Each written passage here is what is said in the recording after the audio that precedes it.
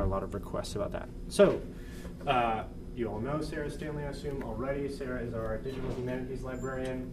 Her position was recently reclassified from Assistant Digital Scholarship Coordinator to Digital Humanities Librarian. So we thought that it would be helpful and necessary to have her talk about some of that transition and talk about what's happening generally in the field of digital humanities and how that's playing out at FSU, and what her role at the library, how that will play out in the building and in the work that we do back here at DRS. So, Sarah, take it away. Hi, everyone. So today I'm going to be talking about specifically trends in the digital humanities. You might notice that I kind of skip over a little bit of context on what exactly the digital humanities is. You will see why that is as we go on with the presentation, but it is a very nebulous field that has ever shifting boundaries of like what is considered DH and what is not, what's considered regular humanities and what's not. And so it's a conversation that if we were to get into it right now would probably last for, it lasts for entire scholars' careers. So you'll pick up things as you go along. But I do want to start off with a brief history of digital humanities and kind of that leads into why the field of digital humanities is just so nebulous. This is a really reductive periodization of what the field is. It's like two broad strokes, but somewhat useful. Humanities computing was sort of the ancestor of digital humanities. A lot of people started with someone named Roberto Busa, who was a scholar and a cleric, and he it kind of like invented humanities computing, but that's kind of reductive because there were a lot of people who were interested in doing things like counting words in text, but they just didn't have the technology to do it. But so humanities computing was like early experimentation with large-scale text analysis, things like machine learning, and things like counting word frequencies in texts.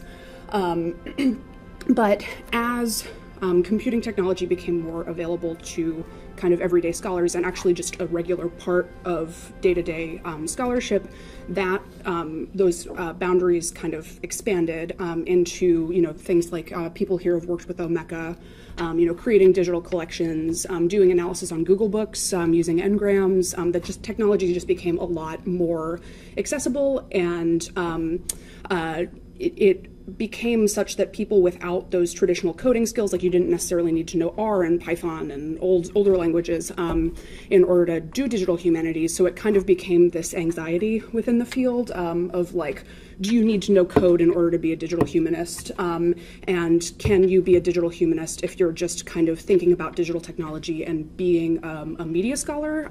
So that leads us to kind of where we are right now, which this conversation of what is DH, what are the boundaries of DH, has kind of become so big and bulky that people are sick of it. Like people don't want to have that conversation anymore. And so we're kind of in this weird phase of being both a discipline and not a discipline, both a community of practice and not a community of practice. And that is exemplified by this Ted Underwood quote from his blog post, Versions of Disciplinary History.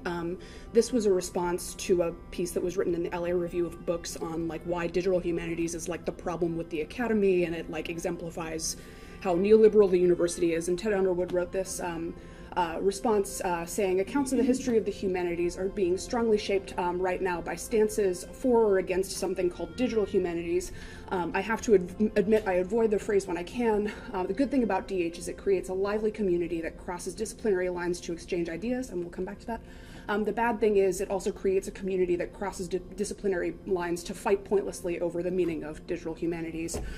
Egyptologists and scholars of game studies who once got along just fine doing different things suddenly understand themselves as advancing, competing, and incompatible versions of DH.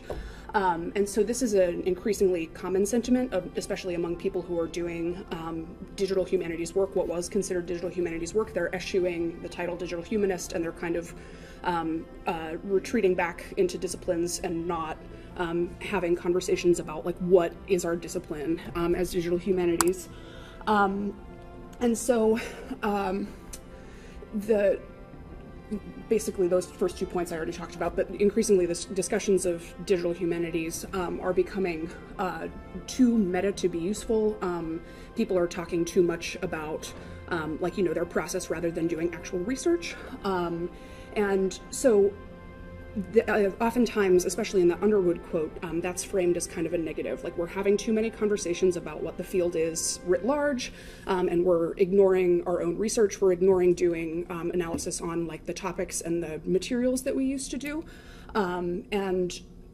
But at the same time, those discussions are, I think, informing a larger culture shift in the academy, and I want to talk about the ways in which that culture shift is playing out at FSU and the ways in which DH is kind of operating as a way of changing modes of production in the academy, and the ways in which scholars at FSU are contributing to that. The other thing that you will notice about as I'm going through these different trends in DH is that I don't focus on library services, in part because a lot of DH work is not just happening in the library and in DRS.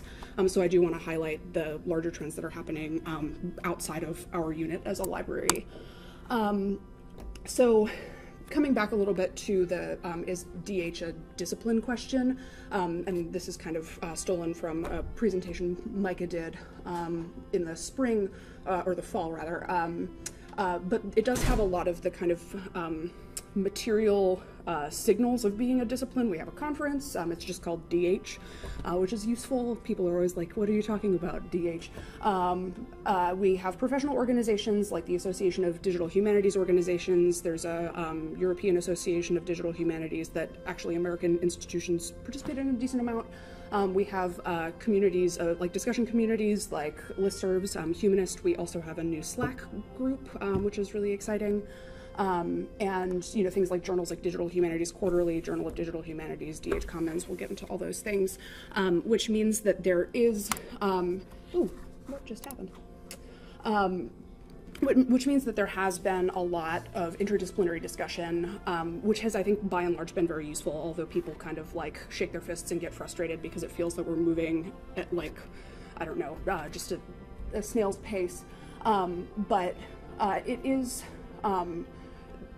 operating in such a way that it is answering larger questions that are happening in the academy right now. And for us in libraries, I think that we've been seeing these things coming a lot, with our journals, the problems we've been having with journals and publishing, and larger problems that we just see because we are a unit that crosses so many disciplines in the library. I think that DH is like starting to actually encounter some of those issues. And so again, emerging trends in DH are less about the intradisciplinary questions of like, how does Marlowe use language, and how does that compare to Shakespeare, and like, can we posit co-authorship in early modern drama, and more about questioning these overall modes of production that are happening in the academy. So I just going back to that, I am starting to think of DH less as a discipline and more as a coalition of people who are meant to participate in a specific type of action,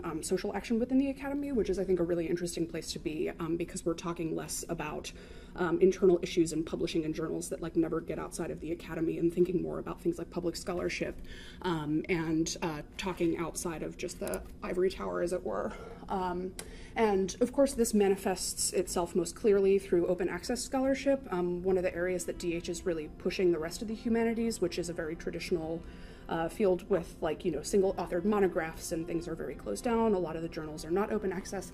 DH is very invested in open access scholarship.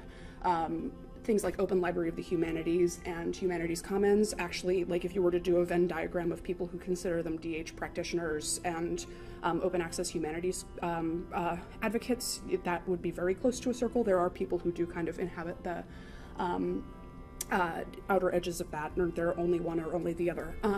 But at FSU, we see this happening through the adoption, of course, of the open access policy, and there have been humanities scholars who have been invested in that. And then just from my perspective as a library staff member working with different faculty members, every project that we're working on, except for the ones that have outside rights issues like the Burroughs Project, is invested to open access scholarship, and all of the ones that we're working with are providing materials for free, which is really exciting, because that lowers that barrier of entry for people actually engaging with the scholarship, which is very exciting. The other trend that we see in DH is a change in the ways in which we think about education, especially of undergraduates and graduate students. Digital pedagogy and digital humanities are sometimes, they're happening in the same conversations all the time. Actually, a good portion of the literature that you see in these interdisciplinary DH journals are going to be about digital pedagogy, and we have a bunch of upcoming conferences and recent conferences that have focused either on digital humanities, pedagogy, and praxis. So the TEI conference, which is going to be in November of this year, is very specifically focused on pedagogy. So kind of coming back to thinking about how research and pedagogy interact with each other instead of trying to separate out those two different impulses of scholarship is one of the things that DH is, I think, doing really, really well. And the other thing that's happening in the wider field is that funding agencies like the NEH are investing in digital humanities praxis. So a lot of people who are applying for and receiving next generation PhD grants from the NEH are doing digital humanities in some kind of way. So they're that grant is specifically empowering institutions to entirely redo their PhD humanities programs and like just kind of nuke it and start from the or not nuke it, they keep their traditional ones, but like really start rethinking curriculum such that you're not constrained to the graduate methods course, you need to take one course from each period and then take comps and whatever, which isn't necessarily useful for the more dynamic jobs and practices that are happening in the humanities right now. We know that there's a job crisis happening, so that's very exciting. But there are also just generally wider discussions of the roles of graduate education in the humanities. And one example of that, Bethany Novisky has a really amazing blog. I would recommend that you read it, even if you're not necessarily interested in DH. She thinks a lot about digital scholarship practices more broadly, but she had this post that was in Prof Hacker and on her personal blog that it was essentially advocating for that shift in teaching in the humanities classroom. And so she says the new model scholarly communications platforms we can already recognize as promising replacements to our slow and moribund systems for credentialing and publishing humanities scholarship. And archiving the cultural record on which it is based. I'm sorry, I was supposed to start that with a verb somewhere. But basically, that's what she's advocating for, right? Advocating for teaching humanities graduate students those new publication systems that, because of the unsustainability of certain systems within the academy, it's going to be replaced. And so she actually says that we need kind of a meteoric event with the dinosaurs, just make the dinosaur classes extinct and replace them with new exciting ones that actually teach students about the ways in which the academy operates, teach them about administration and teach them about the finances of the academy and how to actually operate and change that system from within instead of making it seem like black magic in the background until you're suddenly awarded an assistant professorship and you're I don't know how any of these committees work. So that's what she is advocating for. And the way that this is manifesting itself at FSU is through the DH MA program. Have you all heard of this? There's a master's program out of PIH. It's very exciting. It's led by Alan Romano. And there are a number of other initiatives on campus that are focusing on teaching graduate students skills outside of what they would normally learn in the classroom. Therese Graben's Digital Scholarship Discussion group has been going on for 7 years now. And that has specifically been with the mind of teaching graduate students other ways of doing scholarship that aren't just kind of articles and single authored monographs, and bringing in scholars from outside of the straight and narrow path of humanities scholarship. And then even our own programs like the incubator, although they are open to anyone on campus, the number of applicants have largely been from graduate programs. And so one of the benefits I see of that program is teaching humanities students skills that they're not necessarily getting from their programs, like project development skills, project management skills, data management, so that when they graduate, they're armed with the ability to manage their own research in different ways than they would with the research skills that are being taught in the methods classes that they're taking right now. And then, so changing modes of education, but also changing modes of labor. That is a really big conversation that's happening with the wider academy, or with the wider digital humanities community about the academy right now. So examples of this are the ways in which tenure and promotion committees work. For humanists, especially if they want to do collaborative work, it is almost prohibitively difficult to actually do scholarship, because in addition to doing your collaborative work and your digital work, you need to still do everything else that a tenure track faculty member would need to do. So it's like work on top of work on top of work, and that's just unsustainable. And so certain digital humanists, like the editors of the DH Commons Journal, have been trying to provide ways of showing that digital humanities work is scholarship and showing that collaborative work is still scholarship in the humanities. So they do things like they review projects instead of journals. They do a rigorous peer review process, which is really exciting. And it's, I think, indicative of a larger shift from product-oriented scholarship, which focuses on outputs that are static, to process-oriented scholarship, this acknowledgement that work is always going to be in process, and there are just useful points at which we cut it off and say, like, okay, this is like done for my purposes right now, but I want to come back to it. So it kind of gets rid of what Alex Keener calls the arrival fallacy, that like somehow we've like made it, and there, she's using it in a different context, but it's still a useful phrase. And then also increasing discussions about labor and ethics, which often in the academy, those things kind of like slide under the table because people don't show their work, like, until it's done. And so a lot of the invisible labor that happens in the academy is not acknowledged. And so some people have this burden of like service and, also writing and teaching and advising that just doesn't go acknowledged because the academy values outputs more than they do relationship and community building. And so we can see this. I would recommend reading all of these pieces. They're really great. I can send out the slides so that you can actually click on those hyperlinks, but these are all different ways of looking at labor questions in the academy, and Roxanne Shirazi is very specifically talking about actually library labor, which is exciting, but the graduate labor one is really interesting, and just thinking, they're all thinking about the different ways in which we could change our labor practices to more value the contributions of scholars who are maybe in contingent positions within the university, like graduate students and early career faculty, or people who are actually struggling to even make it into grad school, right?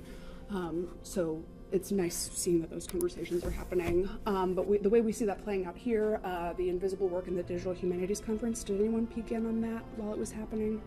That is actually, there's going to be a special issue in DHQ in a couple of months. What's DHQ? Digital Humanities Quarterly, which I referenced. What'd you say? It's it's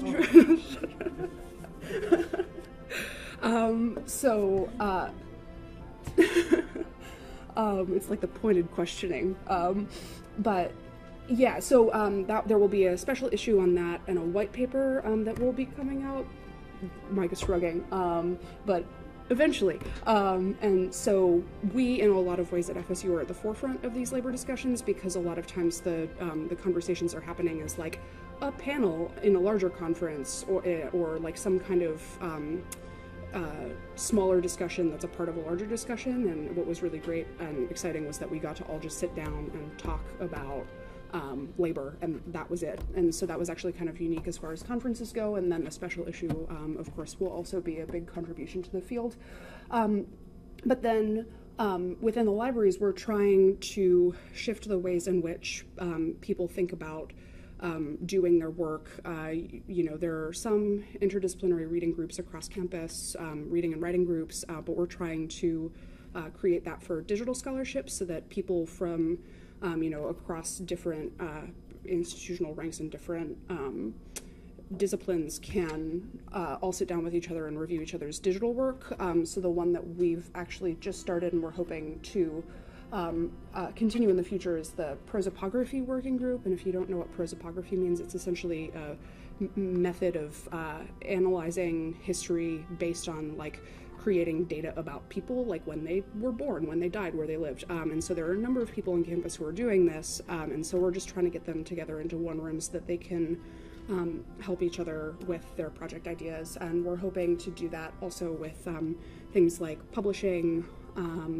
If we can get enough people, there are a number of people who are interested in digital cultural heritage, so we want to make sure that these people who normally wouldn't interact with each other are actually talking. So that is something to look for in the future, and that is it from me. I was wondering if anyone has any questions, feel free to jump in.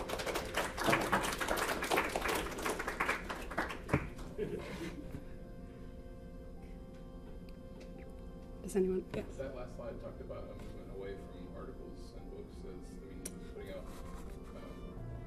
Yes. What other mediums are they looking towards? So, I mean, the digital project, which is a very nebulous category, but things like websites. Documentation is actually a really big area that, like, you, in order to have a sustainable project, you need to write project documentation, and a lot of times it's treated as like menial labor where you just write up your process, but like that's a methodology section of a paper, right? Like, except much longer and much more detailed, and so trying to move away from thinking that like the seals of approval from presses are the only ways that we can test scholarly rigor, I think. So like the problem's twofold.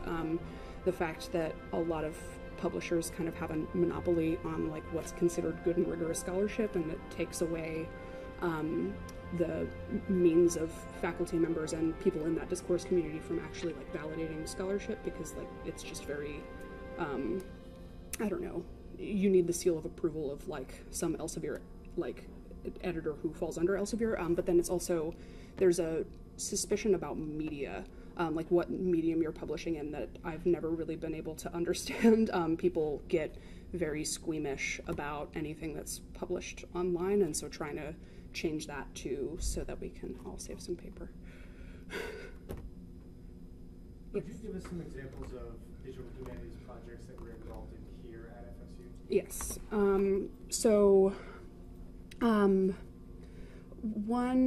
We have been involved in different projects, like at different levels for the past year or so.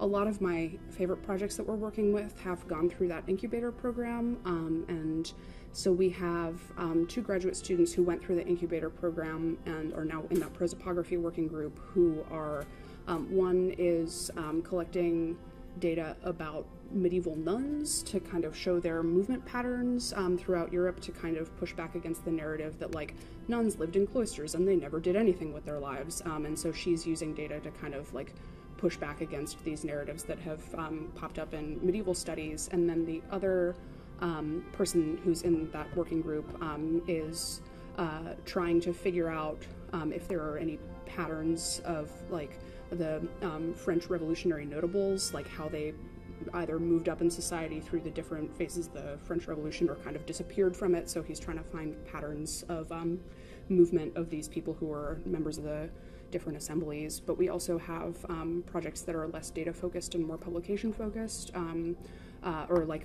that are trying to look a little bit more like traditional prose publications.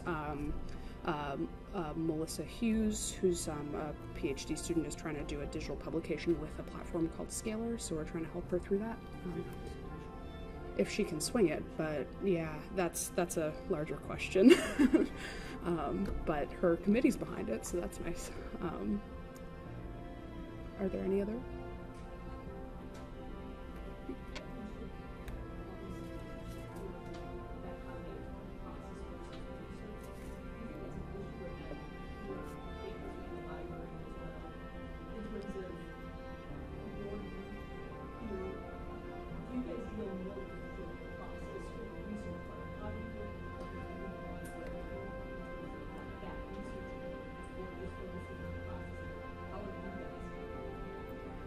So, no, it's okay. I think the distinction I was making between process and product is more, because obviously, like in the library, we are in the business of focusing on process, like, you know, the between research consultations and, like, you know, teaching students and faculty about, like, how to find materials. It's so essential, and it's a part of that process. So we, like, Devin maybe is the one who is most focused on product, right? Like, he has to deal with, like, depositing materials. About process, looking at sort of the mechanics, the technology part. Yeah. Content. Like when I work with somebody, I'm focused on them finding content, not so much on the technology. I think that's where DH is a little bit different than just your normal sort of research concept. Where you guys are, it's different in that respect. Yeah, so this is something that I've been trying to come up with, like, a vocabulary for, and unfortunately, like, the best analogy I have is actually, like, a really inaccessible one because it refers, like, to the compositions of John Cage, but I'm gonna go for it anyway.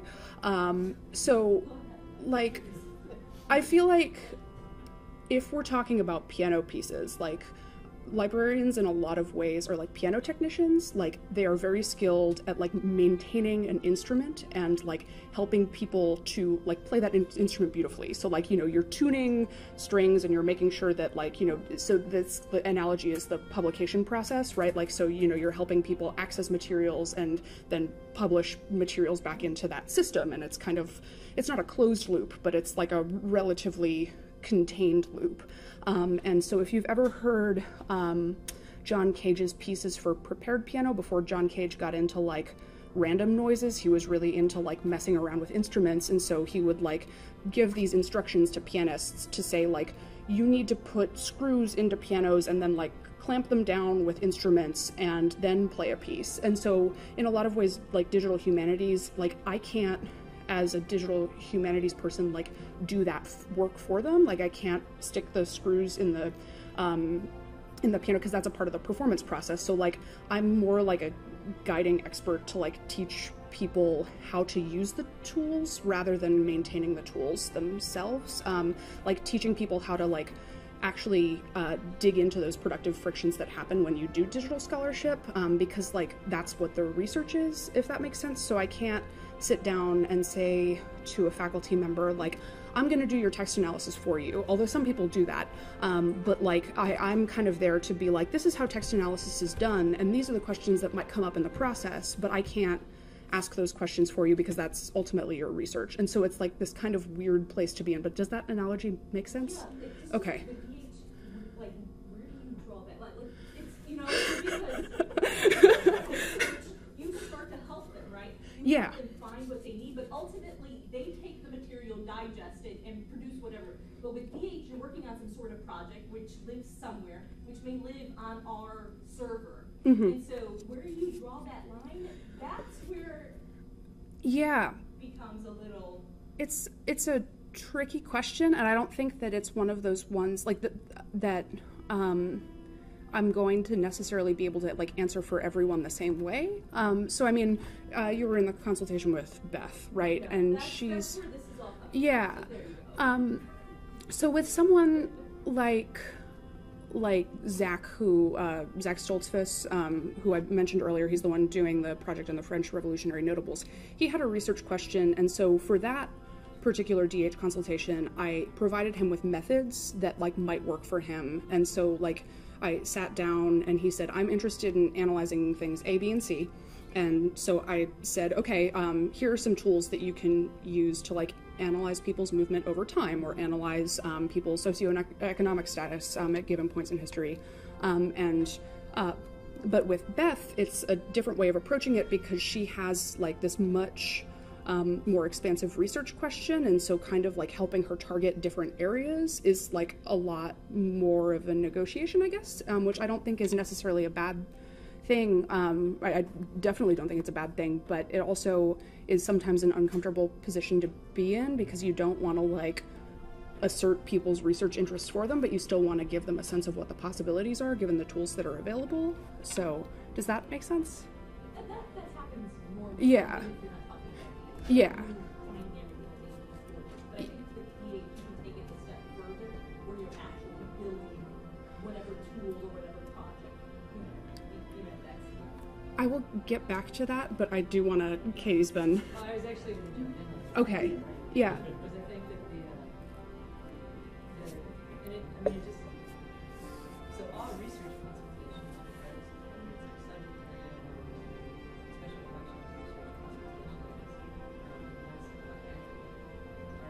research consultations, they're all individual interactions, right, with other research organizations. I think the Borough is one of those, an example where we got a group of scholars interested in doing a particular kind of textual analysis that's really sort of harkens back to old school textual literary analysis. Mm-hmm. But 20 years ago, the tools were not available to do the kind of comparative work, Mm-hmm. Textual encoding or comparative work where you could pull up sentences across various versions of a single text and do your scholarly research analysis on what's changing in the text, how the language is affected, what's happening with it. And they were playing around with text encoding, technology and ways to do that. I think it's sort of organic conversations were happening, and we had some material, and they were doing this thing, that it became pretty apparent to us, right, on the sort of digital scholarship side, that they didn't really know enough about potential tools they could use to maximize the research possibility of what they want to do. So they're still driving the research question, right, and helping to illuminate sort of what it is that they want to get out of it. And when we talked with them, and it was again, I think a careful negotiation of like, how far do you want to go with this? How much do you want the digital humanities and digital scholarship librarians to come into the classroom and to teach technique and the tools and the building and the more technical side, and the sort of conversations that led to, well, as much as we need to learn, but ultimately we're interested in the research question. So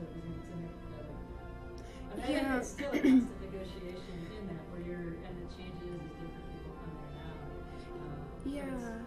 It's in some ways it's the same dynamic as a research consultation, and when we're producing things, it's just the availability of a different tool to do it. Yeah, and this conversation actually comes back to what I mentioned at the very beginning, which is that, maybe it is recent as 3 or 5 years ago, there were a lot of discussions of how much code do you need to know in order to do DH? How much do you need to know TEI, text encoding, and the XSLT, and understand the ways in which the technology that allows people to interface with your research materials are impacting the ways in which they are interfacing with those research materials. And I mean, where I come down, and I think this relates to both what you and Amari and you, Katie, were saying, which is that scholars, in order to do digital humanities, don't necessarily need to know XSLT and JavaScript and R or whatever, but they do need to know the ways in which the underlying technology impacts their research outputs, or else it's not rigorous research. If you're going to go into if you're going to go into n-grams and type in, it's actually interesting, if you type in lowercase l n, there will be, as a word, it'll spike in the 1960s or whatever, and so people are if you don't understand that Google Ngrams is working on OCR that's really bad at dealing with sans serif fonts, you would think that somehow LN became word at that point, and so but it's really just capital IN because it's a shift from serif to sans serif fonts. It looks like LN.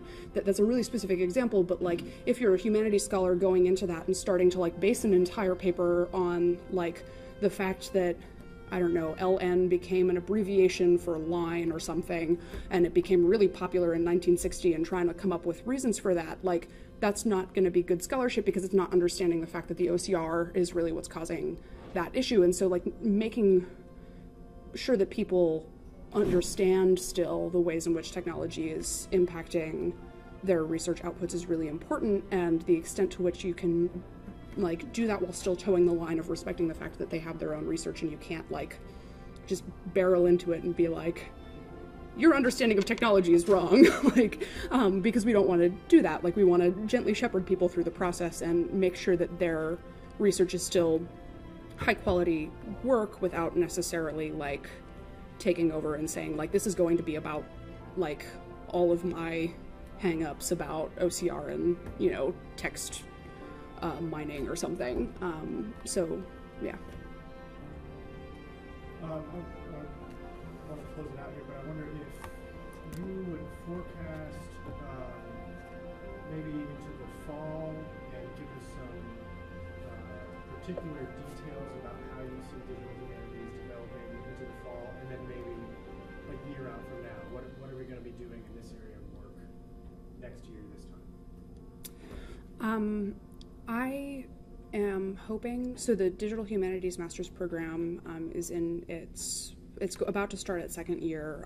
The first year was, like, you know, working out a lot of, like, ironing out a lot of wrinkles in the process. I'm hoping that we as a library have a much stronger relationship with the Digital Humanities Master's students, such that maybe they are like working on projects with faculty members that they wouldn't work with otherwise, or you know, consistently attending DH events, which they did do in the fall, but then in the spring for the Discover DH, it just was too overwhelming. But so I'm hoping that there will be areas for other people in the library to